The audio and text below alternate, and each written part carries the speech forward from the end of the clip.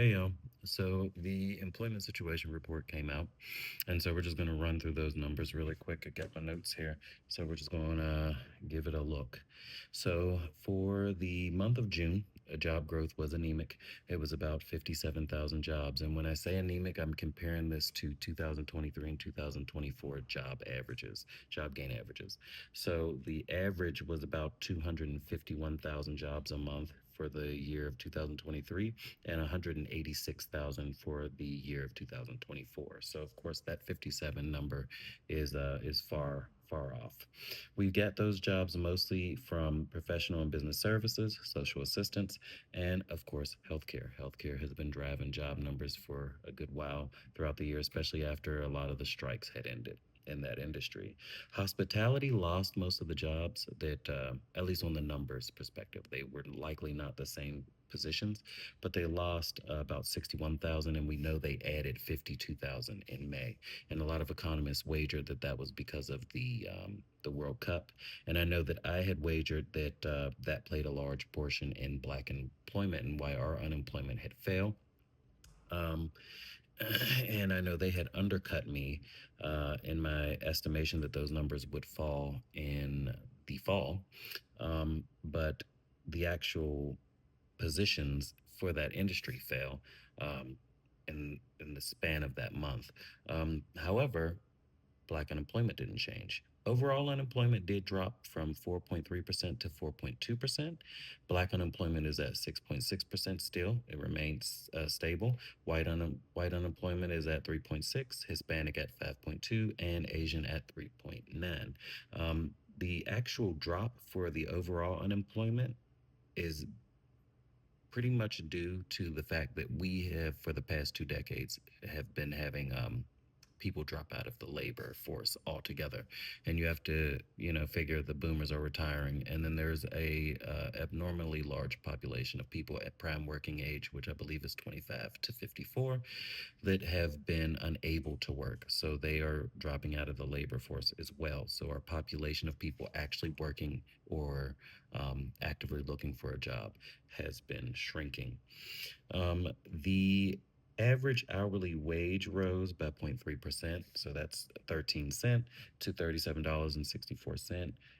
However, when you look at the PCE or the CPI from last month, and those are the two ways we measure inflation, which is the personal consumption expenditure and the consumer price index. Um, the PCE was at 0.4% and the CPI was at 0.5%. If we use that to project onto the month of June, because of course those numbers have not come out yet, I believe they come out later this month, likely at minimum we lost 0.1% of our hourly wage. And of course, that is averaged between everybody that works in the market. That's an hourly worker, of course.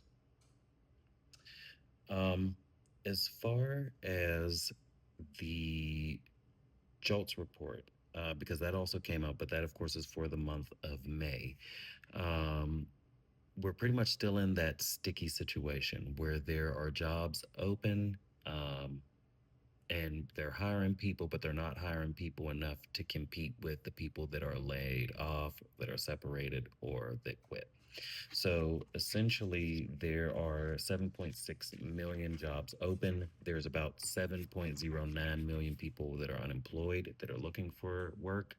And in the month of May, 5.2 million hires were done. But when you add layoffs, separations, and quits, we're looking at 9.9 million separations from firms altogether. So they are not keeping pace with the actual bringing in work in comparison to people leaving the work. At the same time, disposable income rose by 0.7%, and that's really due to farmers and their returns that they receive, which is not as regular as the returns that hourly workers receive. However, um, household debt did increase, and that's including debt based off of housing and non-housing. So that, of course, you would think like credit cards, auto loans, those sorts of things.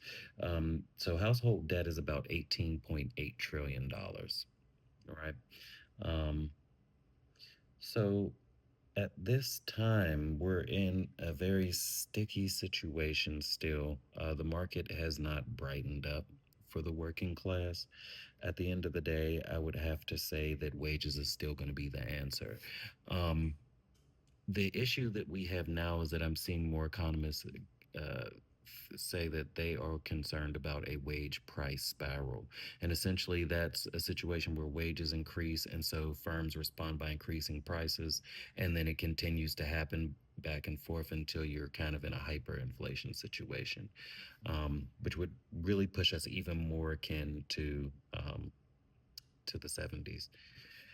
Um, However, wages would still be the answer. And of course, waiting on Congress to do the right thing or waiting on our legislatures to do the right thing is something I would say don't hold your breath for. But firms could do the right thing. And the major hurdle for that would be that CEOs have a legal obligation to work toward increasing revenues to increase the returns to shareholders. So I would have to say, if you are currently voting on a senator or a congressperson or a legislator, and you have the chance to actually see them or speak to them or write to them, whatever would have you, if they're not pushing increasing wages, um, they really aren't the person for you. They're not looking out for your best interest because at this point the cost of living has increased so much so that there is no other alternative. It's not just when gas goes down, prices are just going to go down. Prices are generally sticky. Um, Even if they do go down, I highly doubt that they will go down to the point that we are at pre Trump administration levels or we're at pre COVID levels. We're probably not going to go back to a market that has those type of prices ever. But if we do, it's going to take quite a bit of time. Um, so we need to be pushing for wages to increase. Of course, we're going to look in August and see what the numbers say then. But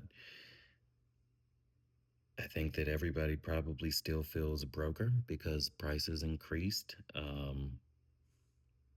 Everybody probably, I mean, some people may have made it through that 5.25 million hires numbers and found a better opportunity.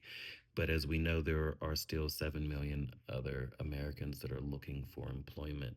And there are 9.9 million Americans that either quit or were separated from their jobs.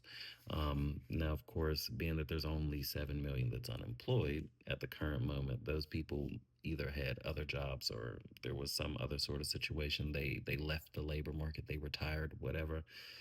Um, I just don't think that times have gotten any better and times are going to remain a little tough until we can get wages to increase. And then once we get wages to increase, we can think about other maneuvers and other things to kind of alleviate the burden. Um, but we will see what August has for the month of July's numbers.